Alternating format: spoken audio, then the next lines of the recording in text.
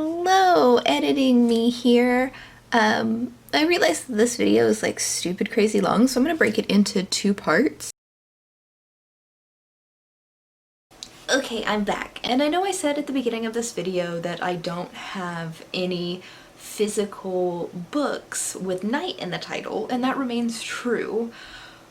But I do have an entire series with night in the series that I wanted to reread before I decide to get rid of the books, because I don't think these books are worth keeping, but I don't just want to get rid of them. And that series is the House of Night series. This is missing 4 books. The 6th book is missing because I just have a digital copy of it. It's on my Nook. And the last 3 books are missing because I just never read them. Now, these are vampire books, and they take place in Tulsa, Oklahoma, and they're young adult books, like they're high school kids. I grew up in Oklahoma and was like, hey, there's no book set in Oklahoma. This is kind of interesting. I'm pretty sure that these are going to be extremely problematic.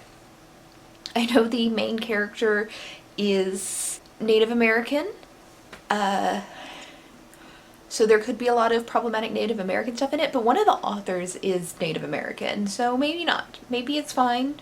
Maybe I'm going to be shocked at how unproblematic these are. But I'm going to try to read all 12 books in this series in the next 24 hours. So, there won't be like mid-book check-ins. It's just going to be like check-ins. And I am going to, I don't have my phone with me, but I'm going to set a timer on my phone and read for 24 hours straight. If I sleep, which I probably will, I will pause the timer while I'm sleeping. I will do some updates as I get through these books. We're starting right here with Marked. Ready, go. Hello, I am, let's see, 3 hours and 5 minutes into my 24-hour readathon, and I just finished Marked, which is the first book in the House of Night series. So, mathematically speaking, I need to read 1 book every 2 hours, which obviously is not realistic. I read about 100 pages an hour, and if it's a 300-page book, it takes me 3 hours to read it. So I'm definitely not going to get through all 12 books, but I'm going to try my best to get through as many of them as possible, and then we can read the other ones later. Anyway, what is the House of Night series about? So, first book we have the main character, Zoe Redbird, who is from Broken Arrow, Oklahoma, and she is a teenager, and she is marked as a fledgling vampire. Basically, how vampires work in this universe is they are, how do I put this? You don't get like bitten and become a vampire. It's just something that happens as part of your blood. It's in your DNA. Some people become vampires, some people don't. Or at least you become a fledgling, and then you have to be around other vampires and go to a special vampire school, which is what this is about. And 9 out of 10 fledgling vampires after about 4 years become full-blooded vampires, and then 1 out of 10 dies. My arm got tired. Zoe becomes a fledgling in like the very first chapter, and she's kind of like special. When you become a fledgling, you get like a tattoo on your head that's just outline of a crescent moon, and then when you become a full vampire, it gets colored in, and then you start getting like designs across your face and sometimes your body, depending on how powerful you are. Well, Zoe as a fledgling gets like a fully colored in tattoo automatically, And so you know she's like extra, extra special. And she has like direct communication with the vampire goddess Nyx. And it kind of goes from there. Now, problematic. So this was written in the early 2000s, and it's just kind of basically guaranteed to have some problematic content in it. And that's very accurate for this.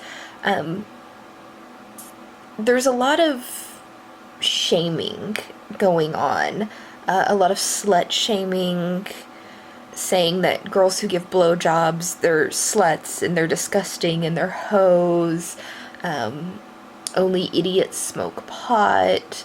And I mean, you really shouldn't use pot as a teenager until you're legally allowed to, but how insulting it is. There's also a lot of body shaming. She insults girls who are too fat, and guys for that matter, and she insults girls who are too skinny. So it's a lot of like girl on girl hate, which I guess is supposed to be written as like she's a teenager because she's like 16, but just because you're a teenager doesn't excuse you for being like that hateful. So it's problematic. I obviously wouldn't recommend behaving like that, but it's not so problematic that I'm gonna stop reading the books. They're not going to get like a high star rating because of the problematic stuff, and also because it's like brainless teenage stuff. It's one of those like books that's like so stupid you're entertained by it. I'm done with this one, and I'm not gonna like really give anything else away. Interestingly enough, as I read, I started like remembering things that happen in this series, so I'm kind of impressed that I actually like remembered plot lines from this series, which has to be like nearly 20 years since I've read it. So kind of impressive. But there you go. I am now going to start reading Betrayed. I should definitely be able to get through this before I nap for a little while. It is like 2 a.m. So I think I could read till about 5 and then sleep for 5 or 6 hours and then come back and finish more of the series.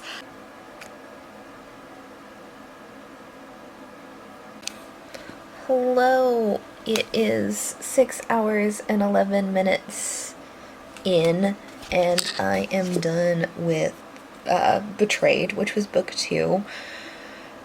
It's going to be kind of hard for me to talk about, like, what's going on in the series without spoilers, but obviously it's a continuation of the series, and there are a couple of problematic things that I did want to talk about.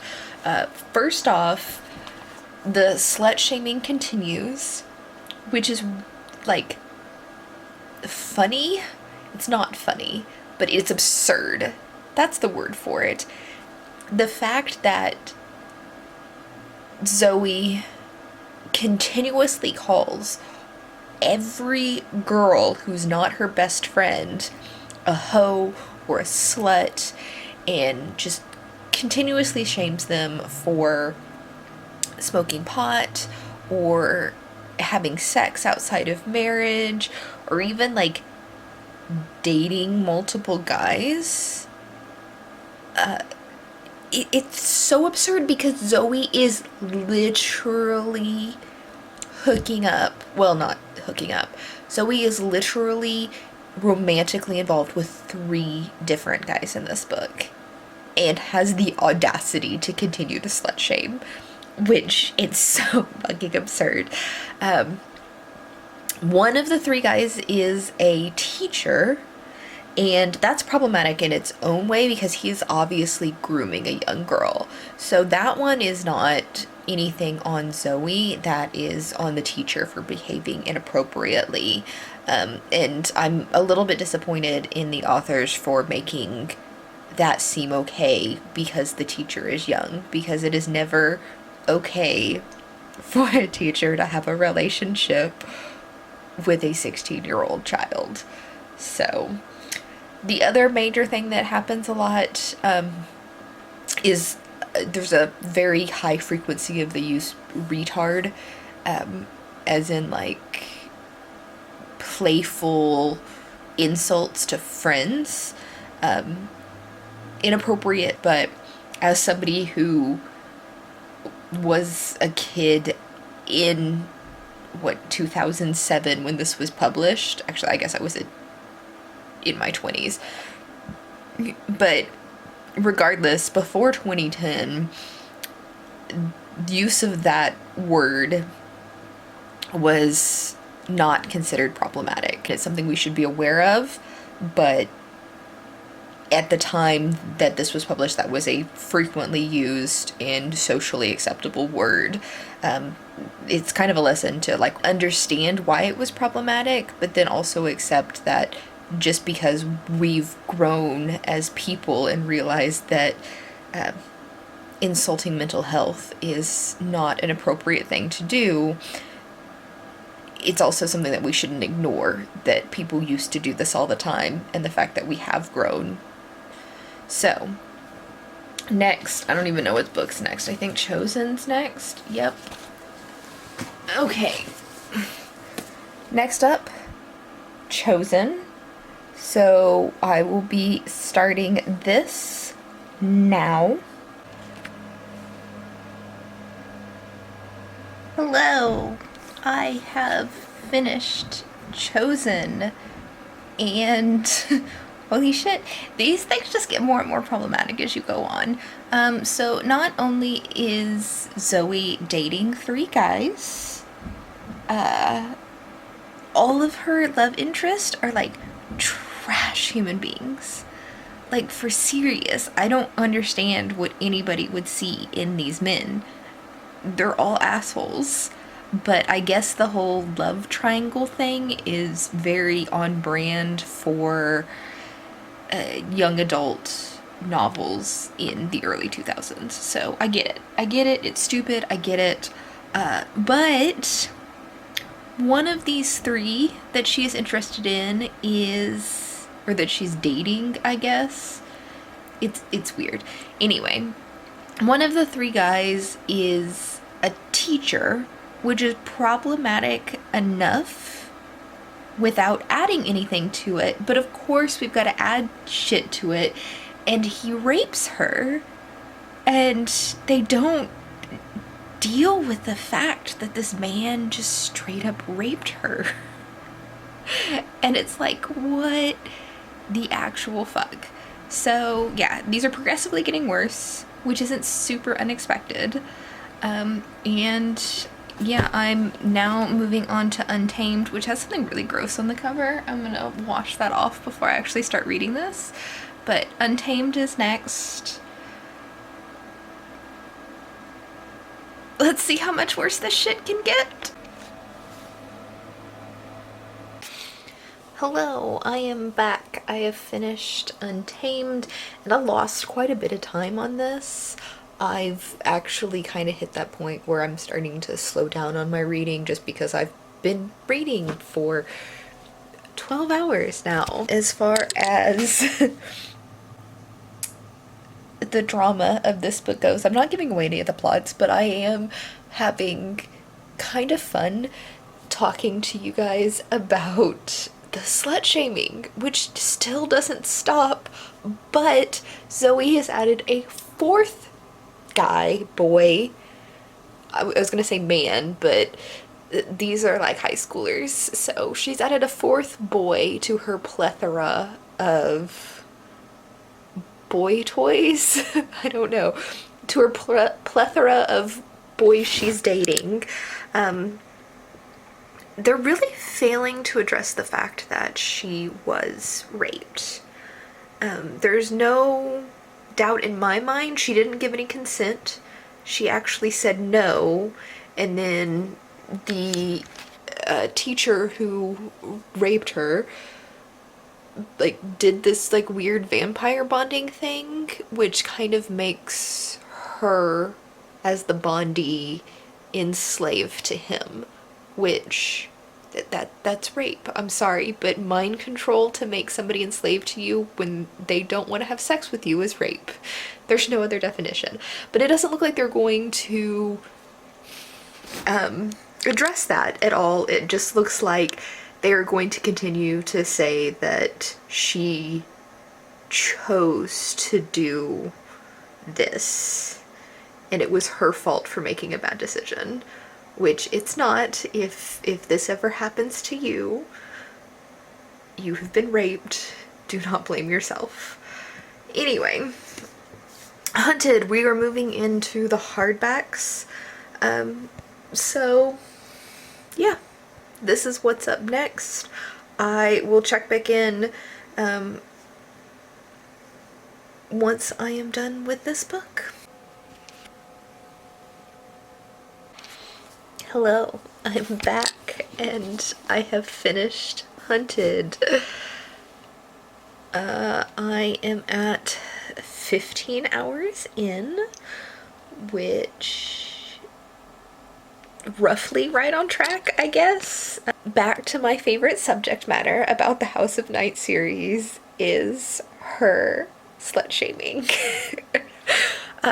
Which, to be fair, there's too much drama going on for really any decent slut shaming. There's a little bit, but not a whole lot. But there's a fifth guy now. So this chick, in literally the 4 months that this book has covered, has made out with or had sex with 5 different guys. And first off, that's fine. Like, make out and screw whomever you want to. I'm not here to judge, but you can't do that and literally have the audacity to call other girls sluts. It's so absurd to me. I also discovered something else about these books that I'm in love with, and that's the fact that it reminded me that Netflix used to be a mailing you DVDs subscription thing. Like, that's how Netflix, for those of you who are young, that's how Netflix used to work, is you would go online and you would pick 1 or 3 DVDs depending on your subscription, and they would physically mail you DVDs of whatever movie you wanted to watch, and then when you were done, you mailed them back and then got new movies mailed to you from Netflix. And yeah, I had completely forgot about that until now, so that makes me happy. But yes, I am on to Tempted, which I don't have to hold up because it is on my cell phone. It's technically a Nook or Barnes & Noble book when I bought it, but the Nook that I have is first generation, and it's not physically downloaded to the Nook. So I've got 2 first generation Nooks, and the one that it's actually physically downloaded to doesn't turn on anymore. And something happened in like 2018 with the Nook subscription, and you needed to do a security update in 2018 to be able to access your books now. And obviously it's 2020, I can't do the security update anymore, and then it won't let me download the books. But I can download it on my cell phone, so that's what I'm going to do, is read it off of my cell phone, which sounds awful, but I don't want to buy it again on my Kindle, so I'm just going to read it off my cell phone. Okay, I am finally done with, what was that called? Tempted, and I am 19 hours and 30 minutes into this. That one took a long time to read, and I think it was because I had to read it on my phone, because honestly, reading on your cell phone at least for me, it's harder. It's much easier for me to get distracted by like Snapchats and Twitter DMs or just ats on Twitter and stuff like that. So I was like mostly distracted. I think I took an hour reading like 20 pages because I kept going back and forth with a friend of mine on Snapchats. We found a Snapchat that makes you look like you're bald, and it was the most terrifying thing in the world. So I kept taking pictures or sending Snapchats of me bald with like eyebrows like this. It was everything that nightmares are made of. Anyway, back to the subject matter. I am moving on to Burned next, and I'm pretty sure I can get through 2 more books in the time I have left, right? Because it's taking me about 3 hours. I have under 6 hours to go. I've got 4.5, 5 hours to go.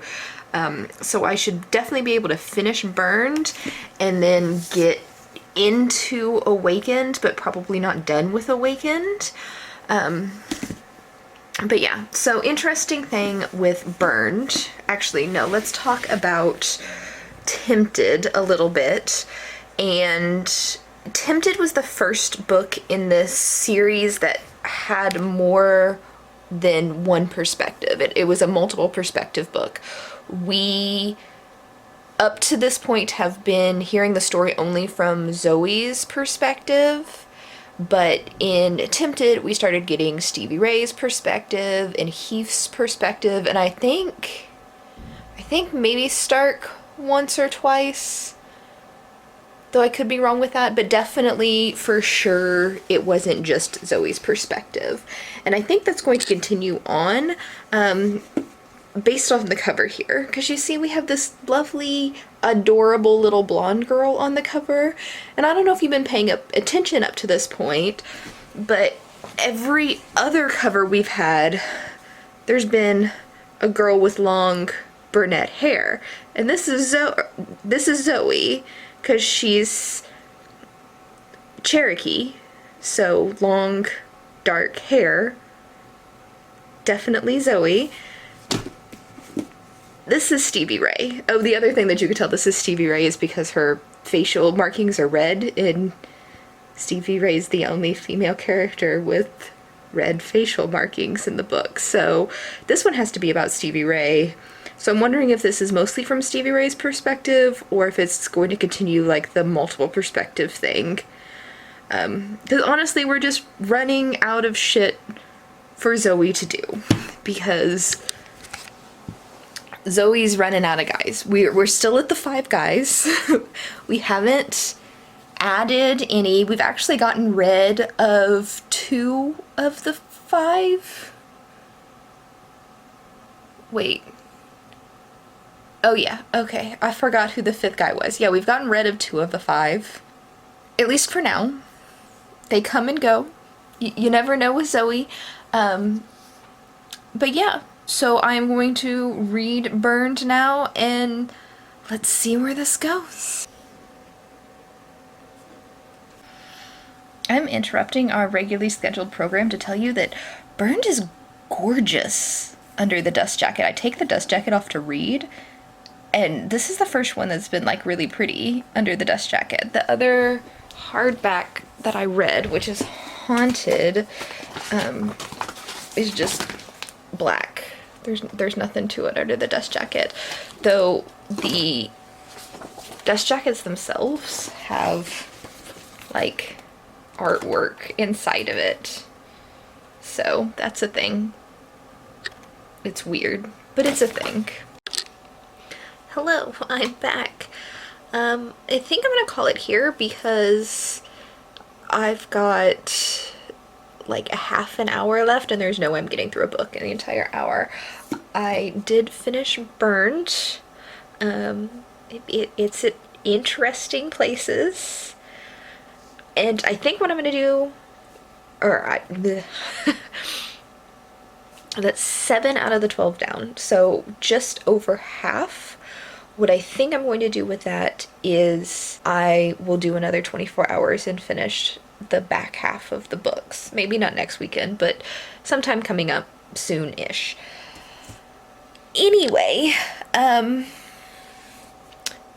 it got interesting. There's no more slut shaming, so it's not problematic. There was actually a really interesting commentary on being black in America, where one of the girls, actually the girl on the cover here, Stevie Ray, is hiding that she is with a guy because he's a bad guy. Let's put it that way. And one of her friends, I guess is the best way to put it, one of her friends ask her if she is hiding the fact that she's with this guy because he's black. And Stevie Ray's very confused, and she's like, no, why would I do it? And I guess I should say the friend is black. And she's like, I want to make sure that you're not ashamed to be with a black guy. And Stevie Ray is like, that is absolutely not the reason why I'm hiding that I'm with this guy. So the fact that that was even brought up in the book, I think, is very good for a teenage book written in the early 2000s. It's decent for now, but it's very good for that time. I mean, they still have a shit ton of other problematic stuff, but it's always nice to see something actively not problematic. This camera gets heavy. But yeah, that's 7. Hello, thank you for joining me for 14 books during the Buzzwordathon. So there was ups, there was downs. I read 7 regular books during the week, and then in the 24 hours that you just saw, I read 7 House of Night books. I'm gonna do a quick roundup of everything I read, just so, as a refresher, I guess is the word I'm looking for. In order of worst to best, excluding the House of Night series, The Night and the Land by Matt Spencer was my least favorite out of all of the books, mostly because of the problematic content, but also I just didn't like it. Then The Knight's Daughter by S.H. Cooper. That I didn't particularly care for because it was just so generic. Next up was Nightmare by Chad Nicholas. I didn't actually like super dislike that book. It just, I guess there was 4 other books that I liked more than that one. Next up was Dark Days, Bright Nights by Matthew O'Brien. That was the nonfiction book about homelessness in Las Vegas, which I thought was very informative and interesting. Next was Goodnight Stories by Rebel Girls by Ellen Favilli, I think is her last name. That was adorable, and I think if you have a little sister or a niece or a child who is into like the picture book stage, definitely get that for her. That'll give her some lady role models. Next was Midnight Wings by Ariel Sealing, I think is her last name. That was just an adorable sci-fi. Like, I really enjoyed that, and I think that I am going to try to read the other books in the series and see if I like them as much. And then my favorite book, which was weirdly enough the first thing I read, was Coffee Days and Whiskey Nights by Cyrus Parker. I actually liked it so much that I bought a copy, and I'm glad I bought a copy because the formatting in the physical copy is way better than the formatting in the ARC that I read.